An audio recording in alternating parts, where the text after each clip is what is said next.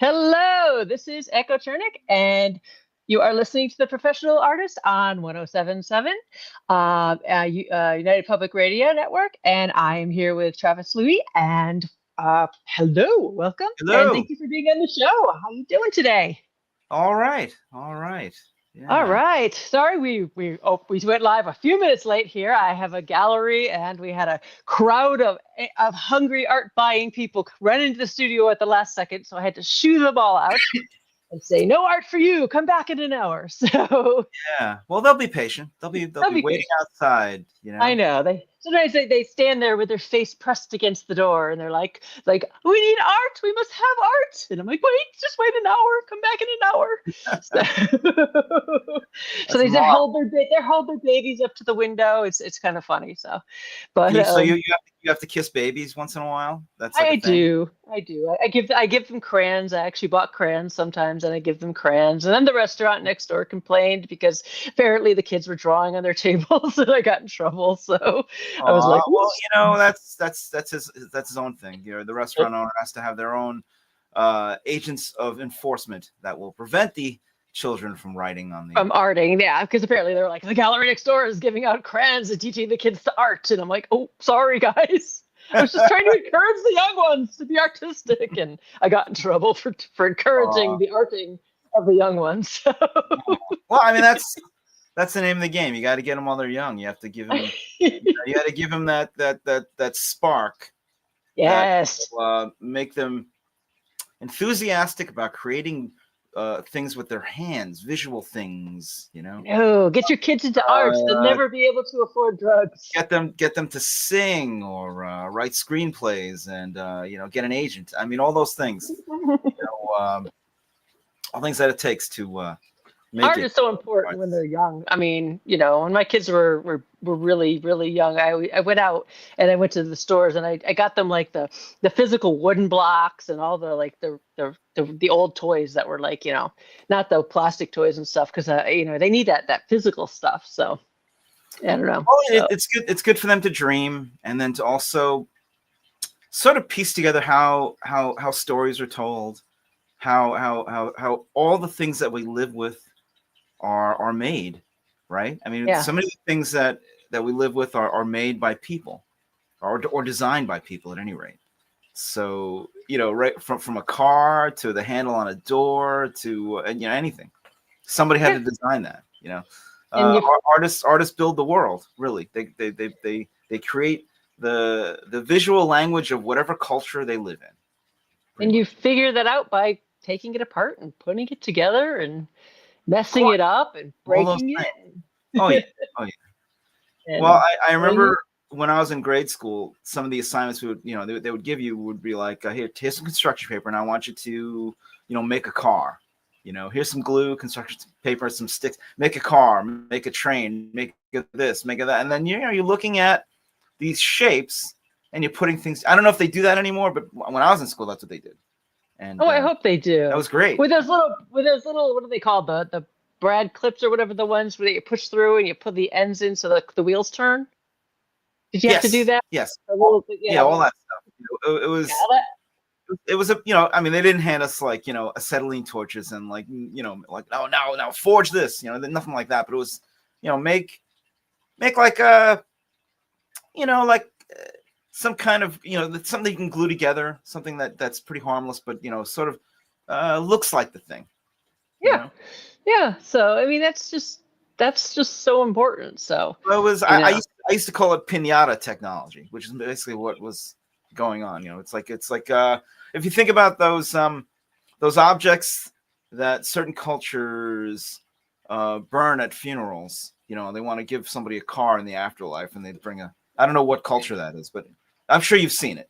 Chinese, I know they do it, and I know there's probably a lot of cultures, but I know at least in some parts of China, at least I know they do that because I've read that. I saw it on National Geographic, and I forget. I don't remember what Southeast Asian country it was, but they were burning. Somebody made this fancy car out of like a paper mache, and they just like burned it at the funeral. Yeah, all these things because they would be able to have these things in the afterlife, right? Yep. So that's the same kind of technology, like, you know, that little kids can have to make things like masks, you know, fun time, right?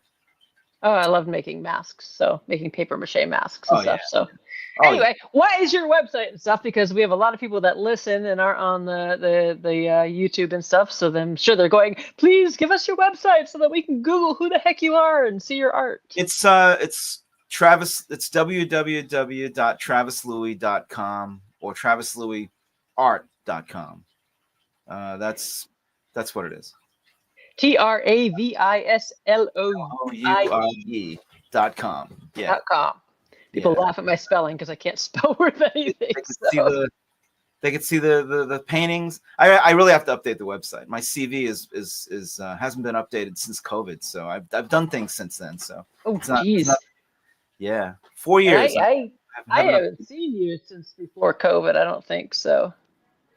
Yeah, well, I mean, you know, it's funny. I still teach it. I still teach at SVA at School of Visual Arts. I'm still a professor there. Yep. And, cool. I teach the juniors in the illustration department. And I also teach some sophomores, and I'm fascinated by how much changes over time, because the students have changed in the last 10 years. It's not, you know, I guess some of it is probably social media and you know, the tools have changed. Kids are coming to class using iPads, and they're all using Procreate in class, and it's you know, they're still learning, right? So there's a lot of things I have to show them, that even though, you know, they have this great tool, that they don't quite understand how to make pictures yet, you know. And that you found that they've changed a lot over the last 10 years. I think the attention span is different, and I think what, you know, what they look at is different, right? I mean, when I was in school, and I'm sure you, same thing when you were in school, you know, the illustration teachers would tell us to go down to the Society of Illustrators and look at how illustrators worked, and look at real paintings, real drawings, real things, because you could sort of reverse engineer how somebody works when you see the original thing right in front of you. Digitally, that's tricky. Yeah, I don't know if you could really do that. You know, you sort of can, but I think you kind of need to know how things work before you do that. And with these programs, there's so many different ways to skin a catfish, you know, so it's very, you know, you could be wanting to do the same thing someone else does, but it'll take different moves to get there than you will when you try to use that same methodology, you know? Yeah, it is different seeing things digital than traditional. It's very different. So I have noticed, though, being the coordinating judge for the Illustrators of the Future, I get all the entries from them, and for a long time they were all digital, and now I'm noticing a lot more traditional entries. So I don't know if I think we're getting more people going back to traditional, which I found interesting. I don't know if you're noticing that at all. Well, I'm trying to teach that, because I feel like there's more of a legacy if you work traditionally than if you work digitally. Digitally, it's great. It's great. It's a great tool. And unfortunately, what it does, working digitally, has great, you know, you could send artwork out really quickly if you work digitally. You could get something to somebody literally at the last minute, and you know, you could fix things. It's easier to repair things that way. Whereas if you work traditionally, if an art director asks for changes, then, you know, you're looking at more time, right? Right. Before, you know, but digitally allows you, you know, to do all that. Unfortunately, that also means that art directors expect you to work faster. They expect you to do jobs quicker. They expect the turnaround to be, you know, because you're not, you know, because the tools can, you know, if you know what you're doing, right? Because what is speed? Speed for any artist is a mastery of your methodology. That is to say that every move you make, you have an idea, a really pretty good idea of what will happen every time you put the brush to the paper or to the board or to the canvas. You know, okay, this much paint does this, this color does this. So if I do this, this happens. And over time, you know, your anticipation of the outcome, right? You could tell somebody, yeah, this will take this many days. This will take, you know, this will take a day, maybe this will take a week. You know, you know when you look at the job, you know what the parameters are. You can judge that. pretty well, to the point similar to any other kind of job where someone has to work on something and they know how long it takes. Like a mechanic knows how long it takes to install, a transmission, so they could, they could charge you based on how long it should take to do that job. I'm not saying that some mechanics aren't faster. There might be, obviously. There's always somebody. And they know what shortcuts they can take to make it go faster if they need. Exactly. So painting is like that. And after you get used to those digital tools, there's a lot you could do like really quickly, and especially since the technology has caught up. See, earlier on, you remember this, like when Photoshop first showed up, the computers weren't powerful enough. I'm talking 1990, 1991, the first versions of, you just sit there watching the spinning wheel of It's Happening. And then we'd all get up like, let's go get lunch. And then we come back and the wheel is still spinning. Like, I know. Like, please, don't crash, don't crash, please don't crash. But then processors got faster, right? Yeah. You remember, I mean, you mentioned 1995. That's when I think the Pentium processor. That's when. Oh my God, I remember that. That's the first. I think it was like 500 megahertz. That's how fast. I remember right. It was so fast compared to what was before, right? Yep. So and then it was like suddenly, you could do all these things, but you couldn't before. As you just said, your computer would crash. Oh, it was crash. I could crash a computer like, I swear Photoshop just had a pop-up window that was like, fuck you, Echo. Fuck you, Echo. It was just like, I was just constantly crashing it. It was just, But because we both graduated from Pratt. You graduated in 1990. I graduated in 95. So yeah. We were both there at the same time. I was traditionally trained as well, which I value. I'm so glad I learned to do everything traditionally. And then I went to digital after that, which I think it's important to learn to draw traditionally and to do everything traditionally, and then learn digital, because digital to me is just a tool. It sure is. It sure is. I still think the legacy is in the traditional materials. If you could, because the thing about digital tools is that they're always upgrading and updating, and it's only a matter of time before the next product is so advanced that perhaps the thing that you did might look terrible on the new thing, right? That's just how it goes, but it's interesting to me. It even happens in film. You look at what people are making and what movies they're making, and you kind of wonder. It's like, wait, you have this entire history behind you at your disposal, and yet you still make these horrible movies, right? So I don't know. I mean, I think about what it must have been like to be in film school in 1975, and you wanted to look at a movie to get an idea of how to do something. You had to take your ID card, go downstairs or wherever. I don't know. I'm just imagining. I'm remembering Pratt. There's an AV room, whatever. But you go back, you hand him your ID card, and then he hands you some reels of film. And then you go in this room, and then you thread a projector, and then you sit there and you look, and then you can only, by the time the 80s rolls around, then now you have video, right? So now you can fast forward, rewind, and everything is at your disposal. Be kind, rewind. Yeah. But now, shit, digitally, you can have anything. You find any movie you want. And so you should have an idea of how people made things, composing shots, all these things. So I tell the students that. I tell them, the part of making art, one of the things about it is this idea of tradition, right? Because art is informed by the past. The conversation is always informed by the past in some capacity. So you might as well learn something about the past, right? That's how we got here. Of course, live in the now. You live now. You this is what you do. You are, all artists are a product of the time that they live in. But you could enhance your experience by looking at the past. Is what I'm Absolutely. saying. So I think it's very important that when and also to teach the students that it's okay if some ideas from the past aren't for you. Like, that's okay. I think art, that's where art is almost a little dishonest. I think that there's too much art that isn't allowed to fade away with time. You know, like, you know how, like, okay, for example, like if I said to you,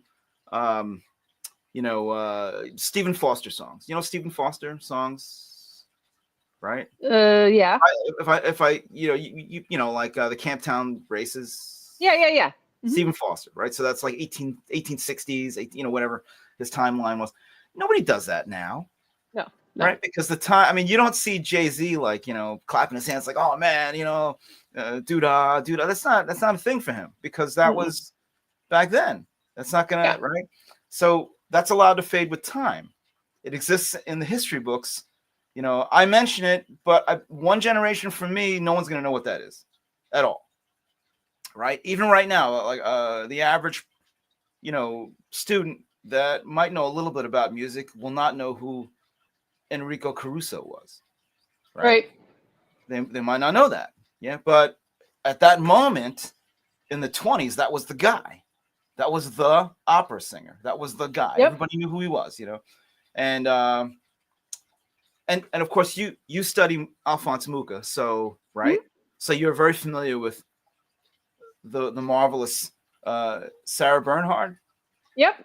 Right. So at one time she was considered the greatest actor, right, in the world. Oh, absolutely. She was just gigantic. She was the greatest actress in the world. Yeah. But people today, they don't know who that is. They really because don't know who she is. Allowed to fade with time. So with that in mind, it's okay if people forget who certain artists are.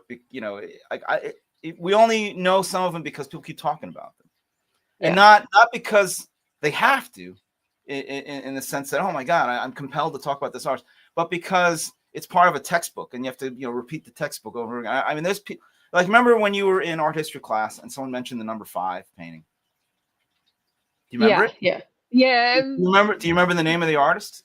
No, probably not. But someone had to do that, right?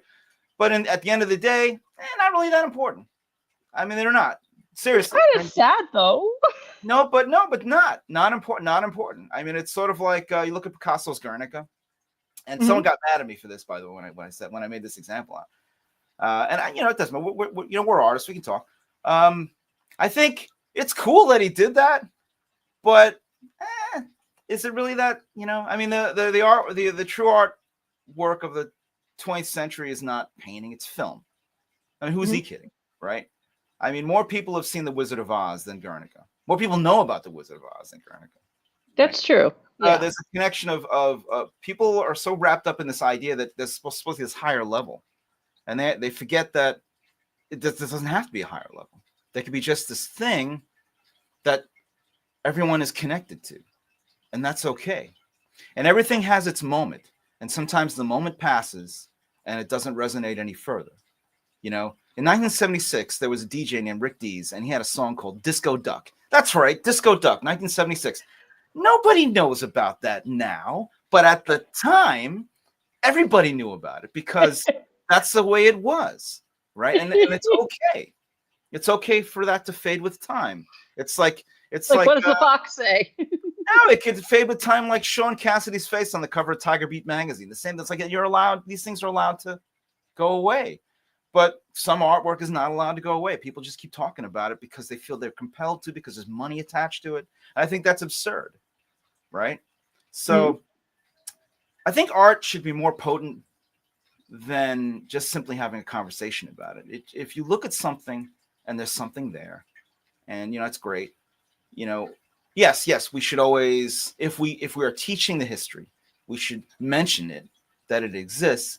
But leave it up to the people looking at it to determine whether or not it is good for them, whether or not they connect to it.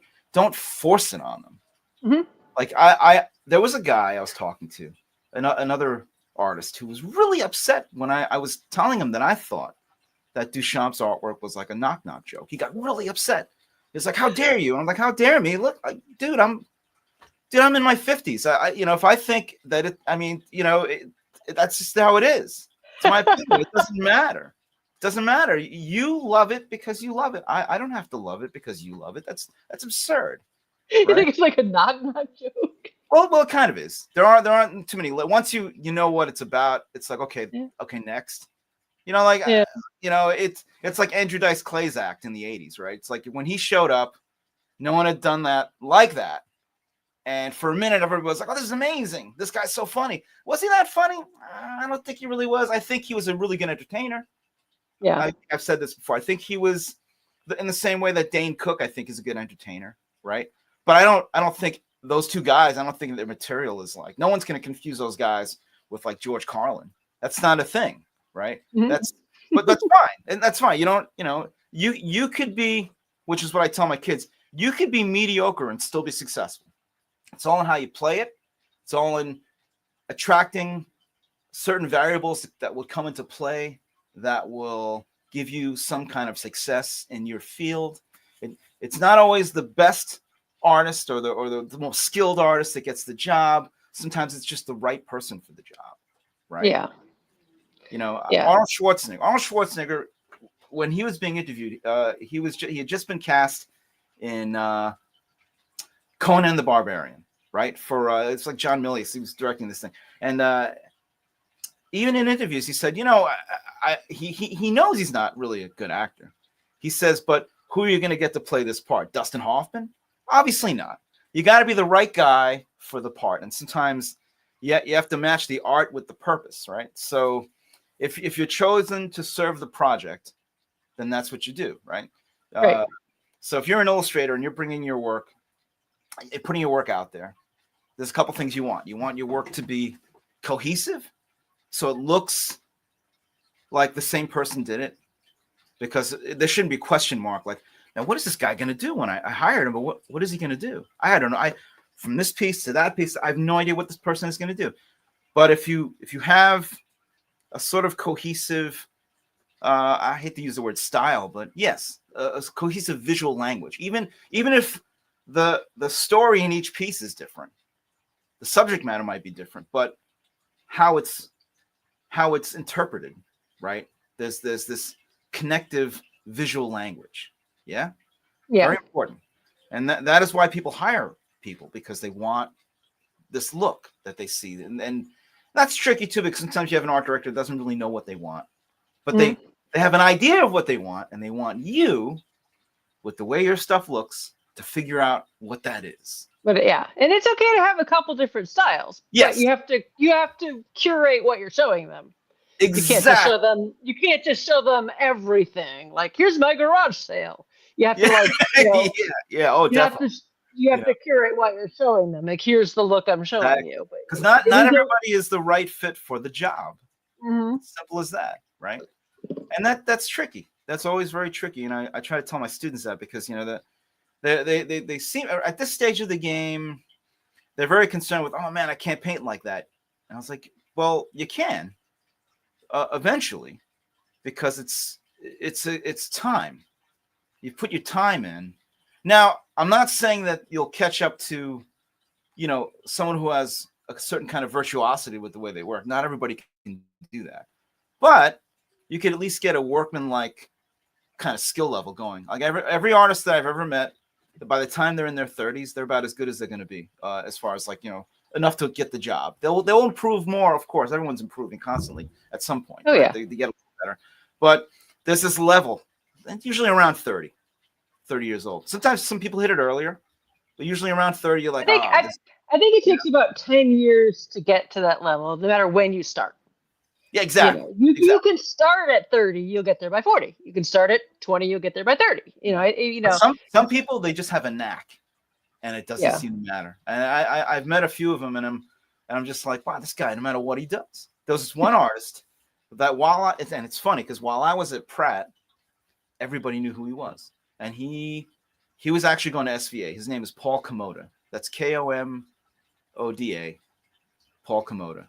And that guy, when I was at Pratt, he was at SVA, and he was just killing it. I mean, we would go to the different schools and look at their junior show, their senior show. You always want to see what everyone else is doing. So I don't know about you, but that's what I would do.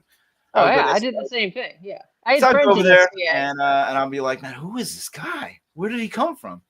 And now, of course, now I'm friends with the guy, and Yeah. and I see his work all the time. And talk about a jack of all trades. That guy, he could sculpt. He's worked on motion. He's worked on movies like The Thing. He's a sculptor. So he does, and he's done all this jewelry and all these but he also is this great designer, you know, and that's amazing, right? That he could do all these things. But early on, it's like he could always do that. You know, there was no. It doesn't seem like there was I didn't watch a level go up. It's just like he was just there already. Yeah.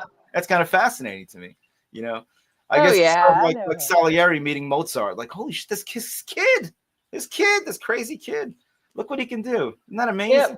Some people are just like that. Yeah. And if we're lucky enough, you know, we could sort of get there, sort of, kind of, you know. Well, we all have our own talents, so you just have to, you know. I mean, I'm really taking naps. Sometimes, you know, you're just like, oh, I could be tired right there. Yeah, there's a pillow.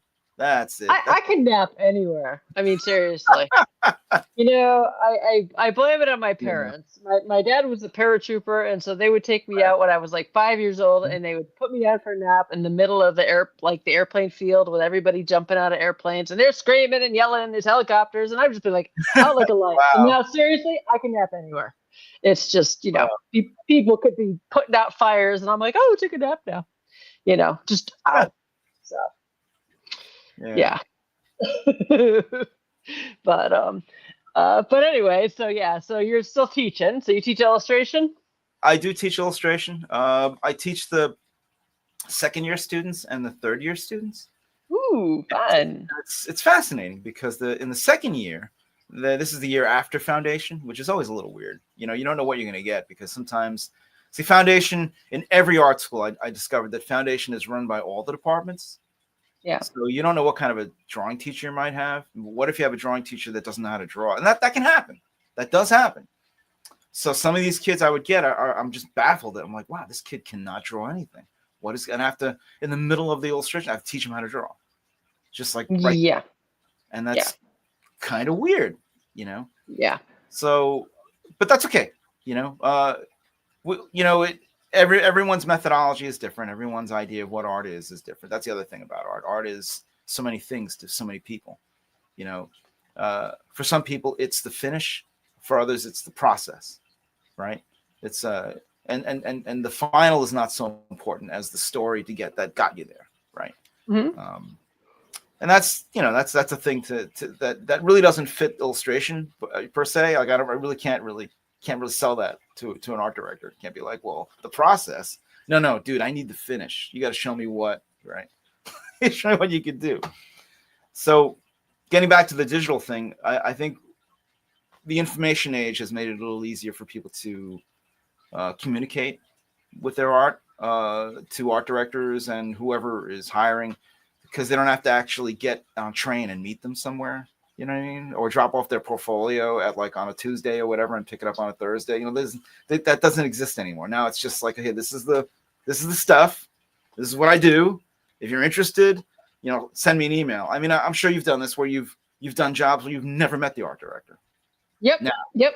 So many jobs. Yep. Never even. Yep. It's the weirdest thing to me still, even though, I mean, I'm used to the 90s where you actually, this art director. Oh, that, yeah, you know, you get on a train, you go into Manhattan, and then you meet up with them, and you're like, oh, this is okay, you know. And I remember dropping them off on a Tuesday and picking it up on the Thursday. Well, you couldn't fax a color study, so you had to actually go there in person with a color study. Whereas a sketch, you could fax that. You can go to a Kinko's or something and just like fax a sketch to somebody.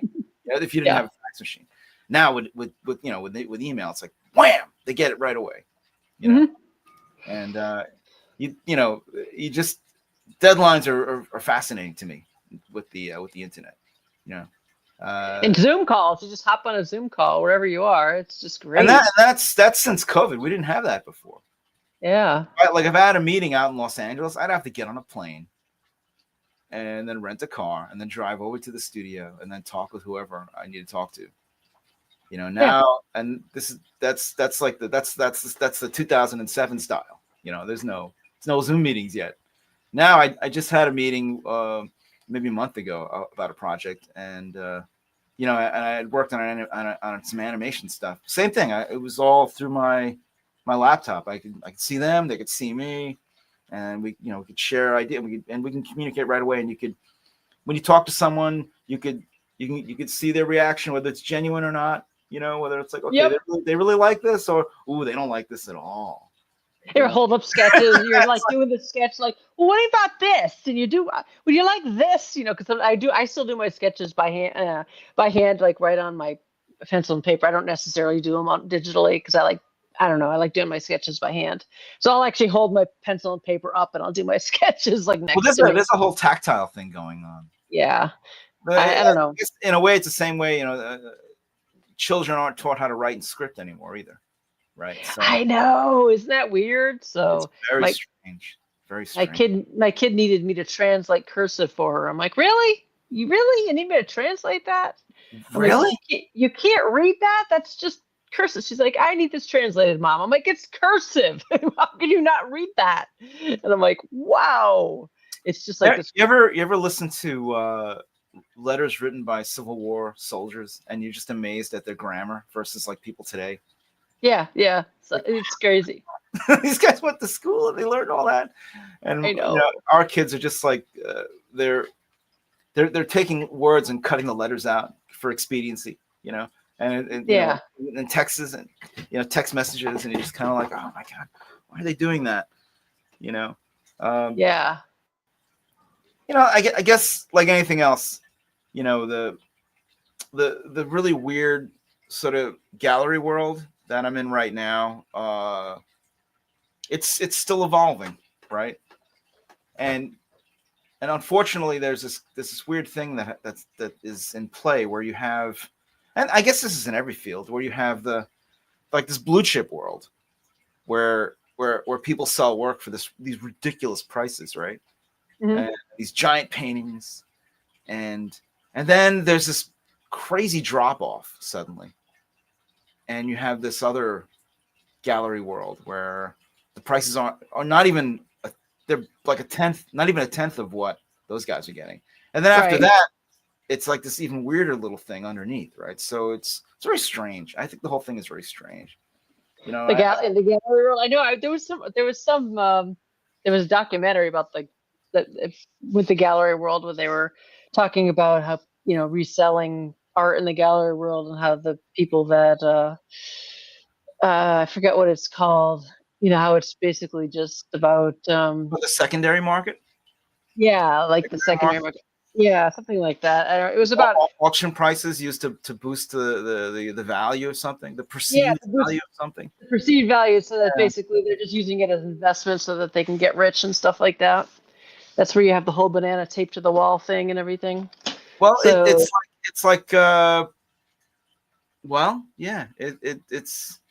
absurd. At some point, you just kind of look at it.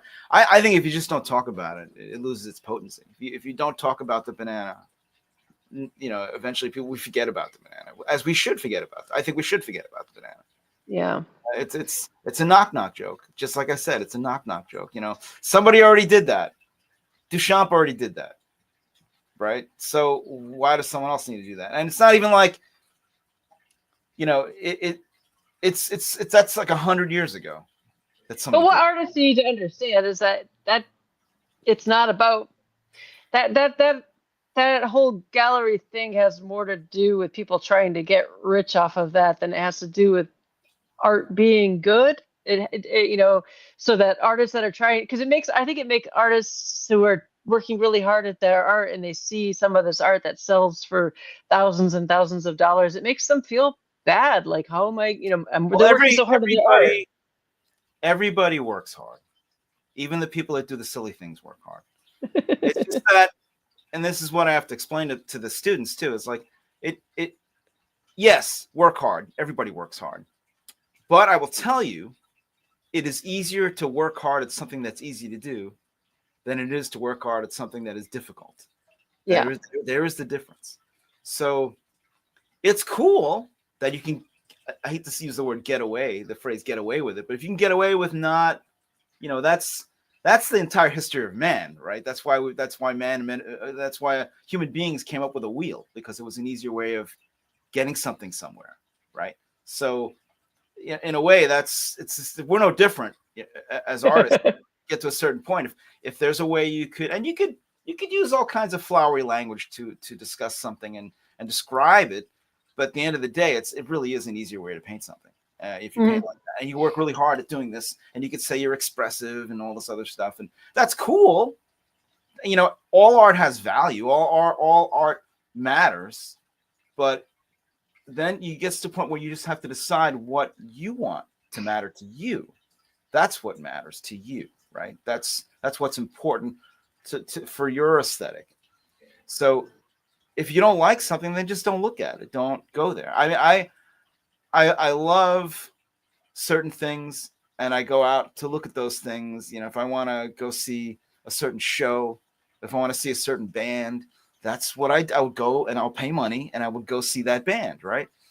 That doesn't mean you have to go see everybody else.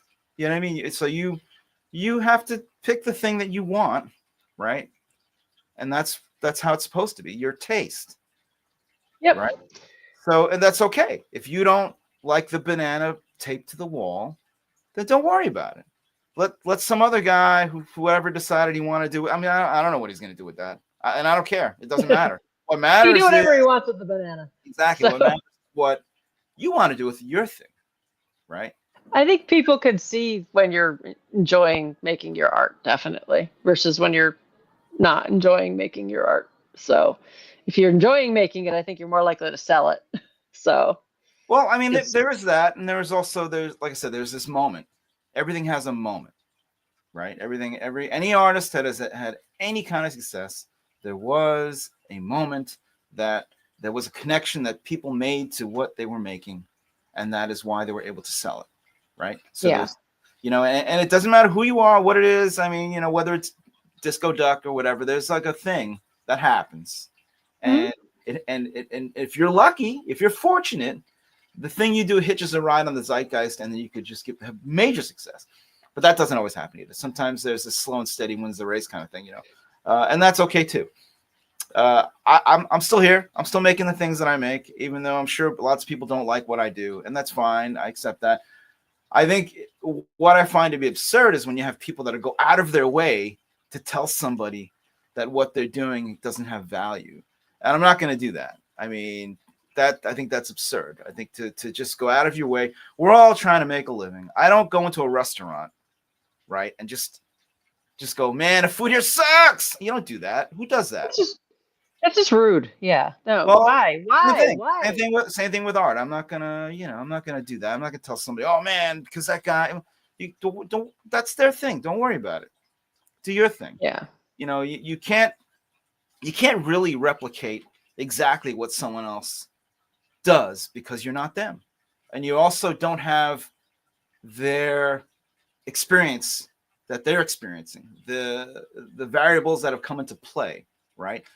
So maybe they just happen to have gone and gotten an MFA at Yale, and they met this one person that had a connection to this place, and now they're at this gallery, right? That's how it is. It's not because, oh my God, I just took a banana, put tape on it, now I'm a genius. It's not like that. There was some connection of something that got them to that point, and people have to understand that it isn't simply, oh yeah, and if I did this and I showed you that, no, that's how it works. Sometimes you're just the right person at the right time. How do you tell your students to, get their moment to, what do you advise them? First, you got to build that. You got to build it. You can't have a moment if you don't have anything to show. So you have to build it. It's true. So you have to build your world, your universe, your output, your art, your paintings, your drawings. This is, I hate to use the word brand, but essentially, that you have to build your brand. You have to build, like, this is what I do. And then you take this thing that you do and you put it out there, and if you, depending on what marketplace you want to go to, that's the other thing. Then you have to do the research of the marketplace that you're interested in attaching yourself to, right? So if you're going to go, if you want to do galleries, then, luckily we have this thing called the internet. So you can go, every gallery has a website. Every gallery, and you could go take a look and see what they're showing there, and then you could you could see the aesthetic of the space, and from that, maybe you could decide whether or not you think you might fit there. Like, don't just, you can't just bring your stuff and just assume, well, I do this, so I could just, that's not how that works. That a lot of galleries are very, very carefully curated spaces, and there's a certain look that they want the place to have. And if what you're doing doesn't quite fit the aesthetic, then maybe you're looking at the wrong place. Right? Yeah. You submit to them online? I would do that. I would submit, even if they say don't submit anyway. No, because I know gallery owners who say, but just because they want to prevent people from, they don't want to be inundated with a bunch of stuff either. Yeah. Every now and again, somebody shows up and they're like, wow, this guy's good. This lady's good. This person's good. They could do the stuff. And I think I could sell that, because they know they're collectors. And then that thing that said don't submit to us, that doesn't matter, because now they've seen, right? So I think you got to try. You have to try, no matter what. You have to try. That's what I always tell places where you don't try. Do not go to an art fair and go to a gallery owner and be like, hey, listen to my stuff. Don't do that. They're there to sell art that day. They pay a lot of money to get that booth. So they're not there to look at your work. They're there to sell the work that they have. You have to catch them on a day where they're willing to look at stuff, and every day is look at me day on the internet. So send them an email. Send them, even if there's an introduction. But then once you do that, then you have to be able to explain your work. You have to be able to, as I say, when you're trying to sell a picture you pitch somebody, you have to be able to give them a pitch of what your work is about and why your work is connected to who you are and the life you've lived, and why is it, what is it about, right? Because at the end of the day, the legacy of our work, theoretically, it answers the question, right? Who am I? Right? Eventually, that's when people look at your work, 30, 40 years from now, and they go, well, who was this person? What did they do? You look at their body of work, and then there's little clues of who that person was and when they lived, what they may have seen. This is any kind of art, by the way, any kind of art, not just paintings. I mean, you watch a movie done in the 1950s, there's a certain look that everything has because they can't help it. That's what they had. Yeah. That's the world they lived in. Painting, anything. Even just something like stand-up comedy, which I keep bringing up, and I don't know why. You like stand-up comedy? I guess I do. I don't know why. I guess I grew up with it, right? So if you want, I've been looking at this stuff for 50 years, right? So there's definitely a change in stylistically and how people do it, right? I don't know if somebody, a stand-up comic from like the 1960s, how well they would do now, because I think today's audience has no patience, right? Yeah, things move faster. I remember learning. The setup, if you listen to like Mort Saul, his setup is longer. Yeah. Right. I don't know. Even the guys like that. Yeah, the setup is so long. I don't know if people could sit through that and take that. I remember in college learning about advertising and about how the commercials were like 4 minutes long then, and now they're like 30 seconds long because everything was so much longer, and our attention spans are just so much shorter now. They don't But we're also, I think we're visually trained to understand quick cuts. If you showed a moviegoer from the 1930s a movie the way it's edited today, it would be too much for them, I think. Yeah, it's like, what the hell's going on? How did Keanu Reeves get over there? Like, well, how did he was here and now he's over? I don't understand. Like, what just happened? It's so fast, Yeah, it's too fast for them. It's just right. It's so the work that people do, right? And then of course there's this other thing which I find very interesting, and I've always told the kids, like, sometimes that thing that is old becomes new again, right? Mm-hmm. Or becomes retro. I have a friend of mine who he passed away recently. He was an illustrator, science fiction illustrator. He had been working since the 60s, so his style was starting to look kind of old at one point. But then sometime in the 80s, they were like, "Hey man, who's this guy? I'm like, yeah, that's the same guy, but now it's very retro what he's doing. And it's like, well, all right. Like, it's like it, Well, you know, cool. and that's great. It's classic now, so Just kind of circles back. Yeah, so. that does happen. I mean, and that can happen to anybody, really. Yeah. You always see things, it's trickier now, I think. I don't know. Like, I think one of the instructors that we had at the school, he had this idea that maybe if we gave the kids more culture, that would help them, be more well-rounded as artists. And I agree with that to some extent, but you can't force it on them. That's the other thing. No. It has to be something that happens, organically. Mm-hmm. And also on the other thing is, as an instructor, you have to also be willing to accept that this is the now, and this is what people are looking at now, right? Right. Yeah. I remember I was in a classroom teaching drawing, and this was in 2011, I think. And the kids were so excited about this movie trailer that they just saw, and they had to show it to me. And it was terrible. I didn't think it was that good of a movie, but the kids were like going crazy for the trailer. And what it was a it was about I guess it was like a reform school girl who has these fantasy. She was in a fantasy world, and in her fantasy world, there's all this like almost like anime style stuff going on. Oh, Sucker Punch was the name of the movie. Sucker Punch. Yes, Sucker Punch. The kids were like all over it. Oh yeah, I remember Sucker Punch. So but that's what was going on, and that's why. And then all these kids, all these drawings in class looked kind of like that. Yeah. Right? That was a moment, right? So you encounter that. I'm sure you've seen that as a teacher. You've seen that where people like it's a thing of the now. Yep. Everyone is doing it, and it's okay. That's the way it's supposed to be. Everything has a moment, and you got to let it ride it out, That's why I'm glad I have young adult kids, because they can keep me in the loop about these things, because otherwise I'd be fine. I'm like, every once in a while I feel really cool because I get the references and I'm like, hey, I got the reference. I'm cool. So, because they keep me up to date on everything that's going on. So I know. Well, I think a lot of that is also whoever is in control of the media. They have to do their job to get, to advertise their product.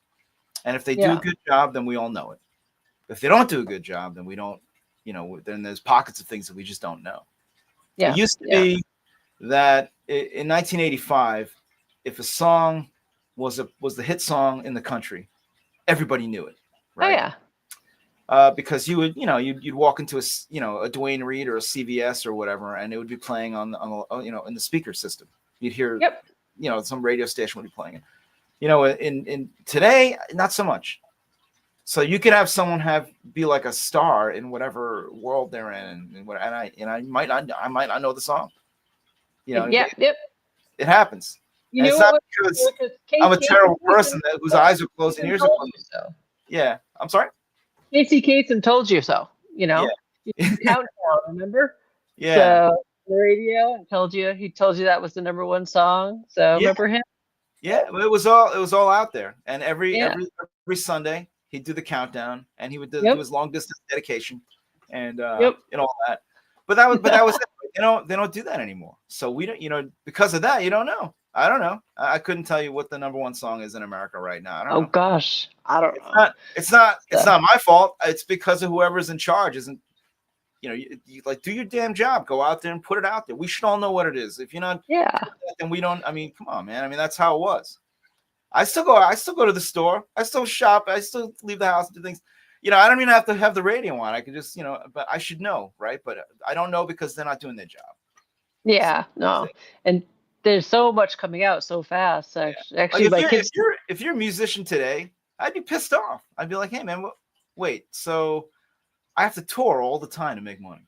I can't just, sell the record, right? You used to be able to just sell the record, and that was enough.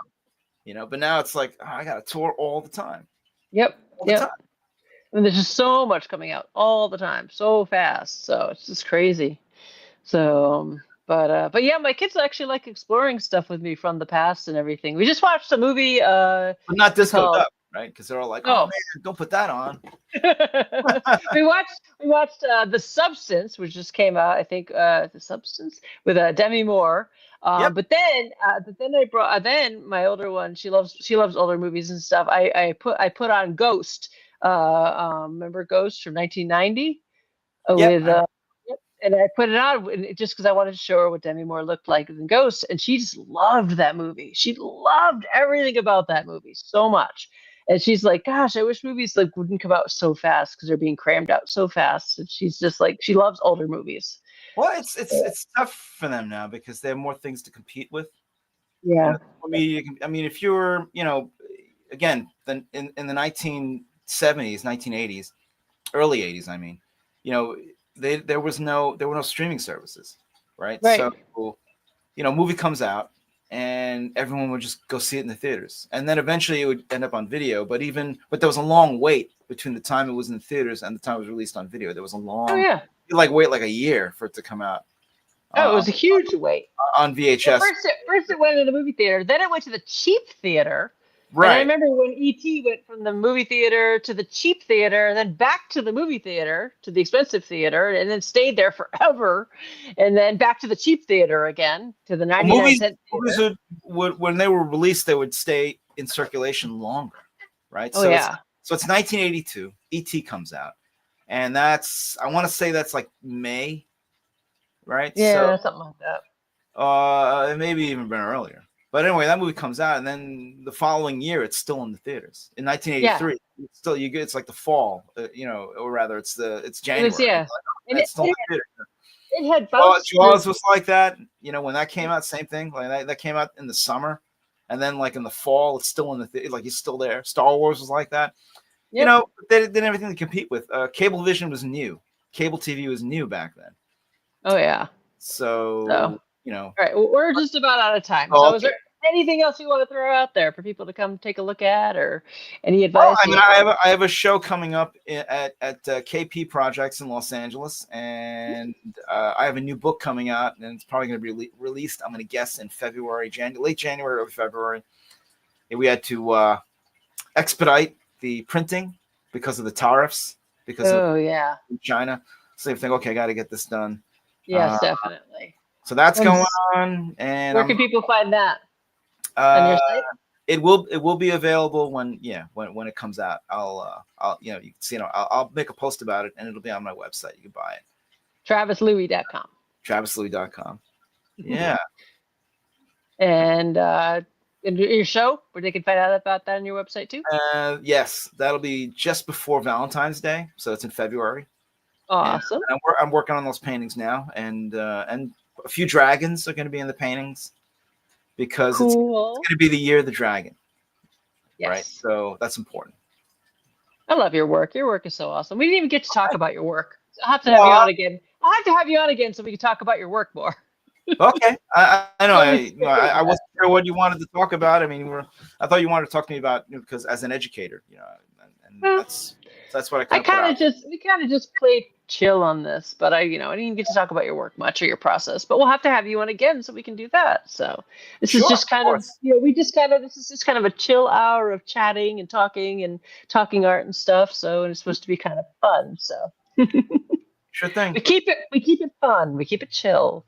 So, but yeah. So, well, thank you for being on. Unfortunately, we ran out of time. So we're having too much fun talking about cool stuff. So, all right. Well, thank you again. And thank you, everyone else. You've been listening to The Professional Artist and 107.7 United Public Radio. And I will see you all next week. So, bye. Thank you again.